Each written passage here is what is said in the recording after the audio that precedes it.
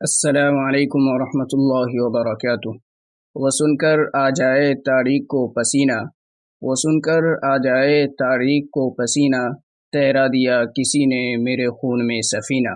بھارت کے کتنے شیر میرے خون میں نہائے، بھارت کے کتنے شیر میرے خون میں نہائے، ٹوٹا میرے لہو میں کتنوں کا آبگینہ۔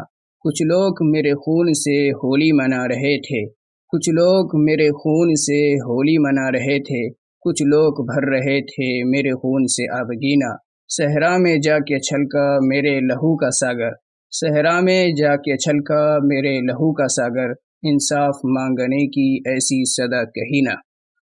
شیخ الہند کے ہر دل عزیز شاگرد شیخ الاسلام مولانا حسین احمد مدنی رحمۃ اللہ علیہ، جنہوں نے خلافت کانفرنس کراچی میں ایسے وقت میں شرکت کی کہ انہیں گولی مار دینے کا حکم مل چکا تھا۔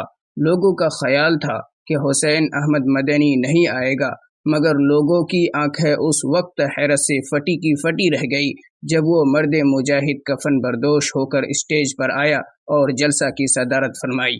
اسی کانفرنس میں حضرت نے انگریزوں کو بلبل اور گولیوں کو گل سے تشبیہ دیتے ہوئے فرمایا، لیے پھرتی ہے بلبل چوچ میں گل، لیے پھرتی ہے بلبل چوچ میں گل، شہید ناز کی تربت کہاں ہے۔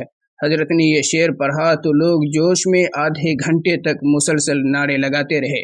پھر حضرت نے علماء کی قربانیوں کے بارے میں بتایا۔ حضرات مولانا حسین احمد مدنی، ڈاکٹر احمد انصاری، مولانا ابو کلام آزاد، انہی لوگوں کی سیاسی رہنمائی میں 1920 میں آخری جنگ ہوئی۔ اس میں بھی 500 دلاور شہید ہوئے اور 14,000 علماء کرام جیل گئے۔ بالآخر 1947 میں ہندوستان کا آخری governor general Lord Mountbatten رخصت ہو گیا اور مولانا شاہ ولی اللہ محدث دہلوی کے دور سے چل رہی آزادی کی تحریک اپنی منزل مراد پانے میں کامیاب ہو گئی۔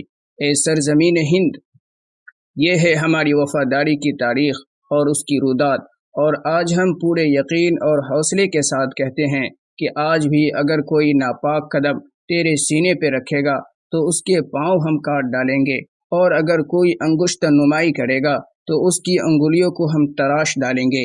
اگر کوئی تمہارے عصمت و عفت کو داغدار کرنا چاہے گا تو حسین احمد مدنی بن کر اس کی حفاظت ہم کریں گے۔ اگر کوئی تمہارے عزت و ناموس کو تاراج کرنا چاہے گا تو محمود الحسن بن کر اس کی رکشا ہم کریں گے۔ اگر کوئی تم کو للچائی نگاہ سے دیکھنے کی کوشش کرے گا تو حاجی امداد اللہ مہاجر مکی بن کر اس کی آنکھیں ہم نکال ڈالیں گے۔ اگر کوئی تمہاری گود سونی کرنا چاہے گا تو حفظ الرحمان سیو ہاروی بن کر اس کے کلیجہ ہم چاک کر ڈالیں گے۔ اگر کوئی تم سے تمہارا سنگھار چھیننا چاہے گا تو عبید اللہ سندھی بن کر اس کے سر کے 2 ٹکڑے ہم کر ڈالیں گے۔ اگر کوئی تم سے تمہارا ساون غصب کرنا چاہے گا تو اس کی زندگی کو ہم تباہ کر ڈالیں گے۔ چاہے وہ امریکہ ہو یا روس ہو، فرانس ہو یا برطانیہ ہو، چین ہو یا پاکستان ہو، کسی کی ہمیں پرواہ نہیں، کیونکہ توپوں اور ٹینکوں سے ٹکرانے کا حوصلہ ہمارے اندر موجود ہے۔ تیروں اور تلواروں کے سائے میں ہماری پرورش و پرداخت ہوئی ہے۔ بارودی شعلوں کا ہم نے خوب تجربہ کیا ہے، ایٹمی ہتھیاروں کا ہم نے خوب دیکھا ہے۔ بدر کی تاریخ ہمارے پاس ہے، احد کا معرکہ ہم نے سر کیا ہے، خندق کی پریشانیوں کو ہم نے برداشت کیا ہے، خیبر کے نخلستان پر ہم نے قبضہ کیا ہے، تبوک کے رعب و دبدبے ہمارے پاس ہے، اور فتح مکہ ہماری طاقت و قوت کا نتیجہ ہے۔ اے سرزمین بھارت، اب ذرا تم اپنے دوسرے لال کی خبر لو کہ اس نے تمہارے ساتھ کیا وفاداری کی ہے اور کیا دیا ہے۔